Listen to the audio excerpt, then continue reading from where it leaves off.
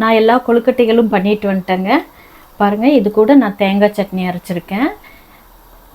நீங்கள் குழந்தைங்களுக்கு ஈவினிங் ஸ்நாக்ஸாக கூட இது பண்ணி கொடுக்கலாம். எல்லாருக்கும் வணக்கம். எல்லோரும் எப்படி இருக்கீங்க? எல்லோரும் நல்லா இருக்கீங்கன்னு நம்புகிறேங்க. நானும் ரொம்ப நல்லா இருக்கேன். இன்றைக்கி நம்ம கொழுக்கட்டை பண்ண போகிறோம். ஈஸியான முறையில் நான் காட்டுறேன் எப்படி பண்ணுறதுன்னு சொல்லிட்டு. இதுக்கு ஒரு 1/2 கிலோ நான் இட்லி அரிசி ஊற போட்டிருக்கேன்.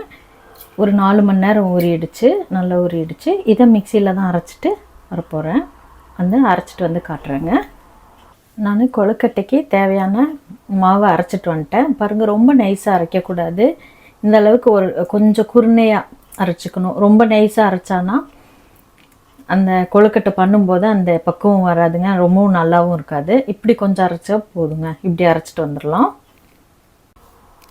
நம்ம இதை அரைக்கும் போதே நம்ம இதுக்கு தேவையான அளவு உப்பு கொஞ்சம் போட்டுக்கலாங்க. நான் ஒரு 1/2 ஸ்பூன் போடுறேன். இந்த கொழுக்கட்டை தாளிக்கிறதுக்குங்க நம்ம ஒரு 2 டேபிள் ஸ்பூனு ஆயில் ஊற்றிக்கலாம். அது கூட கடலைப்பருப்பு 1 ஸ்பூனு, அது கூட கேஷ்யூ நட்ஸுங்க, முந்திரி பருப்பு வேணுங்கிற அளவு போட்டுக்கலாம். உங்களுக்கு வேணுங்கிற அளவு போட்டுக்கோங்க.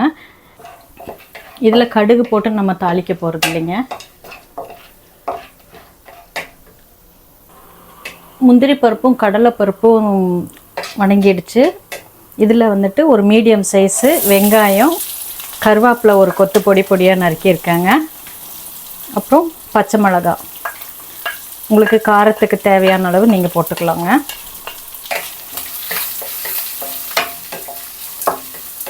வெங்காயம் நல்லா வணங்கிடுச்சு. இது வந்துட்டு பொன்னிறமாக வணங்கணும்னு அவசியம் இல்லைங்க. ஓரளவுக்கு கண்ணாடி பதத்தில் வணங்கினா போதும். இது கூட ஒரு துண்டு தேங்காய் நான் பொடி பொடியாக நறுக்கி வச்சுருக்கேன், அதையும் போட்டுக்கிறேன். பாருங்கள், தேங்காய் உங்களுக்கு இஷ்டங்க, உங்களுக்கு வேணும்னா போட்டுக்கலாம், இல்லைன்னா ஸ்கிப் பண்ணிக்கலாம். நான் தேங்காய் எதுக்கு போடுறேன்னா, நம்ம கொழுக்கட்டை சாப்பிடும்போது நமக்கு வாய்க்கு கடிக்கும்போது நல்லாயிருக்கும் வாயில். இந்த தேங்காய் போட்டு வணக்கும் போதே கொஞ்சம் ஒரு 1/2 டீஸ்பூன் உப்பு போடுறேங்க நான். ஏன்னா ஆல்ரெடி நம்ம அரிசி ஆட்டும் போதே அரிசி கூட கொஞ்சம் உப்பு தேவையான அளவு நான் போட்டிருக்கேன். அதனால் கொஞ்சோண்டு இது வெங்காயம் வணக்கும் போது மட்டும் கொஞ்சம் போட்டுக்கிறேன். இந்த ஸ்டேஜில் வந்துட்டு நம்ம அந்த அரைச்சி வச்ச அந்த அரிசி இது மாவு கொட்டிடலாங்க. பாருங்கள், அவ்வளோதான். இதை கொஞ்சம் கெட்டியாக நம்ம கையில் கொழுக்கட்டை பிடிக்கிற அளவுக்கு வணக்கிக்கணும். பாருங்கள், இந்த பதம் வர வளலும் வணக்கணும் நம்ம. இப்போ நம்ம ஸ்டவ் அணைத்திடலாம். நம்ம இது கொழுக்கட்டை பிடிக்கிற அளவுக்கு வரணும். இப்படி கையில் இப்படி பாருங்கள், இது வரையிலும் நம்ம வணக்கணும். நம்ம கொழுக்கட்டை ரெடி பண்ணுறதுக்கு இட்லி பாத்திரத்தில் தண்ணி வச்சுருக்கேங்க. தண்ணி சூடாகிறதுக்குள்ளே இந்த தட்டில் கொஞ்சம் ஆயில் தடவி நம்ம வச்சிடலாங்க. வச்சுட்டு கொழுக்கட்டைகளை பிடிச்சு போட்டுடலாம். பாருங்கள், இந்த மாதிரி ஒவ்வொன்றா பிடிச்சு போட்டுக்கலாம். உங்களுக்கு எந்த ஷேப்பில் வேணுமோ பண்ணிக்கலாம் நீங்கள்.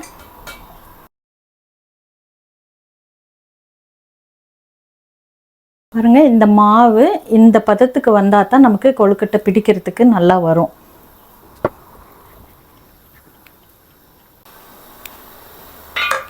பாருங்கள், கொழுக்கட்டைகள் எல்லாம் பிடிச்சு வச்சுருக்கேன். நம்ம இதை மூடி போட்டு ஒரு 10 நிமிஷம் வேக வைக்கலாம். 10 நிமிஷம் வெந்தால் போதுங்க. ஆவியில் தான் வேக வைக்கிறோம். நீங்கள் இந்த மாதிரி தவா இல்லைன்னா கூட நீங்கள் இட்லி பானையில் கூட வச்சு இதாக வச்சுக்கலாங்க. வெந்ததுக்கப்புறம் நம்ம எடுத்து பார்க்கலாம். 10 நிமிஷம் ஆயிடுச்சுங்க. கொழுக்கட்டைகள் எல்லாம் வெந்துருச்சான்னு பார்க்கலாம். எல்லாம் வெந்துருச்சுங்க. கொழுக்கட்டையெல்லாம் பார்த்தாவே தெரியுது, நல்லா வெந்துருச்சு. நான் எல்லா கொழுக்கட்டைகளும் பண்ணிட்டு வந்துட்டேங்க. பாருங்கள், இது கூட நான் தேங்காய் சட்னி அரைச்சிருக்கேன். நீங்கள் குழந்தைங்களுக்கு ஈவினிங் ஸ்நாக்ஸாக கூட இது பண்ணி கொடுக்கலாம். ரொம்ப நல்லா இருக்குங்க. குழந்தைங்களுக்கு எப்போவும் இட்லி தோசைன்னு பண்ணி கொடுக்கறதுக்கு இந்த மாதிரி பண்ணி கொடுக்கலாம். இந்த வீடியோ பிடிச்சிருக்குன்னு நினைக்கிறேன். பிடிச்சிருந்துச்சுன்னா லைக் பண்ணி, ஷேர் பண்ணி, சப்ஸ்கிரைப் பண்ணுங்கள். மீண்டும் அடுத்த வீடியோவில் சந்திக்கலாங்க. பாய்ங்க.